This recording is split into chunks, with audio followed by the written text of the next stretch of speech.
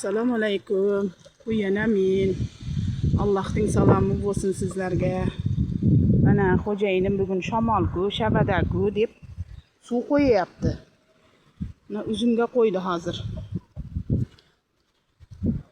Pomidorlarimga qo'ydi, kartoshkaga qo'ymay turay, gullasa qo'yaman dedi. Bir marta qo'ydi kartoshkaga.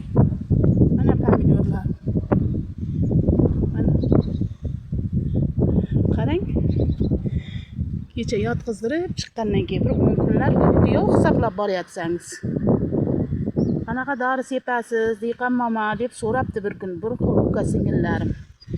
Oddiy kul, g'o'zapaya kuli. Bir 2 marta sepib chiqdi, xo'jayin sepadi. Meni allergiyam bor. Meni sirim shu. Boshqa ximikat dorilar sepmaymiz. Shunaqa zo'r bo'ladi mana. Qarang. Ertan endi 23 Allohning kuni yomg'ir bor deyapti. Yomg'irdan oldin sepib chiqamizda bir. Mana. Chigitday nishona berib tugib qopti bir qo'llari. Men yerga ko'chat qilganman mana. Chumolidan qolgani chiqqan. Katishgan joyiga ekamizda ko'ramiz. Nasib Alloh. Shu meni sirim. Kuzatuvchilarim, uka-singillarim mana. Chekada bolgarskiy buyog'i pomidor. Alloh hammamizni dehqonchiligimizga baraka bersin. Peshinda o'qib chiqib, sizlarga bir video qilib qo'yay dedim.